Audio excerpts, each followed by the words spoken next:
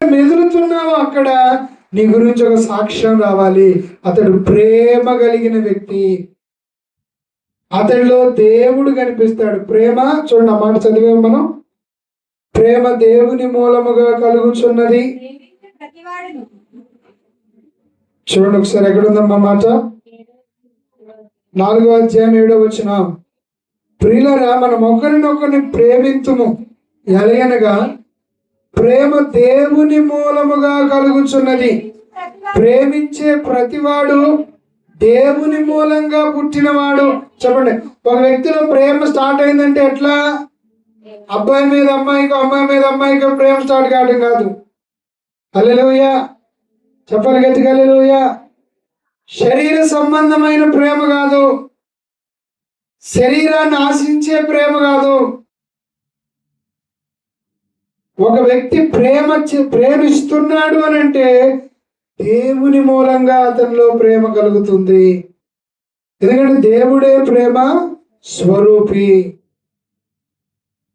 ఇప్పుడు దేవుడు ప్రేమించి ప్రాణం పెట్టాడు. ప్రేమ అంటే ప్రాణం పెట్టమన్నాడు, మనల్ని కూడా ప్రాణం పెట్టమన్నారు. చూడండి, ఇక్కడ ఉన్నటువంటి సంఘం అంతా ప్రేమ కొరకు ప్రాణం పెట్టేవారైతే మరలా నెల తిరిగిపోయేసరికి డబుల్ అయిపోతాం మనం. హల్లెలూయా. ఖచ్చితంగా మీరు వెళ్ళిన చోట ఎక్కడో ఒకసాట వ్యతిరేక ధోరణి వచ్చినప్పుడు, లేదయ్యా నేను వ్యతిరేకించను, నేను ప్రేమించడానికే ఉన్నంటే ఖచ్చితంగా నిన్ను చూసేవారు వెంటనే మారిపోతారు. నీతో మాట్లాడే వాళ్ళు కూడా నీలో ప్రేమను చూసి ఏమవుతారు? దేవుణ్ణి గుర్తించగలుగుతారు. ప్రేమ నీలో లేకపోతే ప్రైజ్ లార్డ్, హల్లెలూయా. చూడండి, ఇంకా కొన్ని విషయాలు మనం ఇక్కడ చాలా మంచి విషయాన్ని డిక్లేర్ చేస్తాడు. యోహాను సువార్త మొదటి పత్రికలో 3వ అధ్యాయంలో 17వ మాట. ఈ లోకపు జీవనోపాధి గలవాడవై ఉండి తన సహోదరునికి లేమి కలుగుట చూచి అతని ఎడల ఎంత మాత్రము కనికరము చూపని వాని యందు దేవుని ప్రేమ ఎలా నిలుచును? విన్నారా? మళ్ళా చదువుతాం. ఈ లోకపు జీవనోపాధి గలవాడవై ఉండి తన సహోదరునికి లేమి కలుగుట చూచి అతని ఎడల ఎంత మాత్రమును కనికరం చూపని వాని యందు దేవుని ప్రేమ ఎలా నిలుస్తుంది? అది దేవుని ప్రేమ అంటారా? నీ కళ్ళ నువ్వు జీవనోపాధి కలిగిన వాడివి, కొద్ది గొప్ప నీకు సమృద్ధితో వెళ్తున్నావు. నీ కన్నుల ముందే దేనికి గతి లేక బాధపడుతూ ఇబ్బంది పడుతున్న వాటిని అడగటం కాదు, నువ్వు నీ కళ్ళతో చూసావు. అలా చూసిన నీవు ఆ వ్యక్తి కూడా నీకులాగా పైకి రావడానికి అతనికి దేవుణ్ణి పరిచయం చేయడమో, అతని కొరకు ప్రార్థన చేయడమో, అతనికి ఏదైనా వ్యాపార సలహా ఇవ్వడమో, అతనికి ఏదైనా మంచి డబ్బులు ఇవ్వడం అనే కాదండి.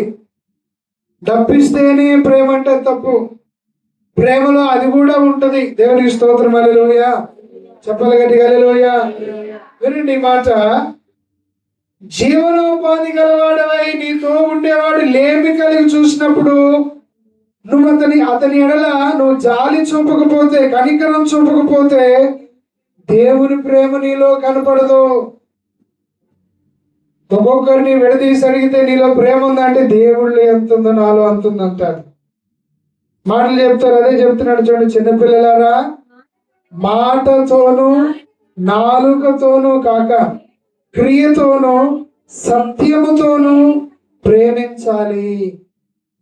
దేవునికి స్తోత్రం, హల్లెలూయా. ఒక వ్యక్తిని మనం నిజంగా ప్రేమిస్తే అతనికి ఏమి ఇవ్వాలని? డబ్బులు ఇవ్వాలా? అంతేనా? మనం ఇతరులను ప్రేమిస్తేనేమో ఏదో ఇవ్వాలి, మనకు తెలియదు. మనల్ని ప్రేమిస్తే మనకు డబ్బే ఇవ్వాలి. హల్లెలూయా. నువ్వు నిజంగా నన్ను ప్రేమిస్తే నాకు డబ్బే ఇవ్వు, అవునా? హల్లెలూయా. ఒక వ్యక్తి నిజంగా ప్రేమిస్తే ఏమి ఇవ్వాలి? నిజంగా ప్రేమ గల వ్యక్తి అయితే ఏం చేయాలి? ప్రజలు హల్లెలూయా, హల్లెలూయా. చూడండి, కొన్ని వచనాలు ఇంకా చెప్తున్నారు దేవుడు. ఇందువలన మనము సత్య సంబంధులమని ఎరుగుదుము, దేవుడు మన హృదయము కంటే అధికుడై సమస్తమును ఎరిగి ఉన్నాడు గనుక మన హృదయము ఏ ఏ విషయములో మన యందు దోషారోపణ చేయుచున్నవో ఆయా విషయములో ఆయన ఎదుట మన హృదయములను సమ్మతిపరుచుకొందుము. ప్రియులారా, మన హృదయము మన యందు దోషారోపణ చేయని యెడల దేవుని ఎదుట ధైర్యము గలవారమగుదుము.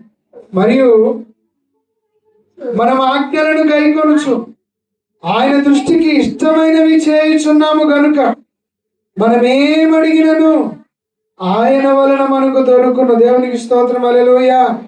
చదువు బిగ్గరగా హల్లెలూయా, హల్లెలూయా.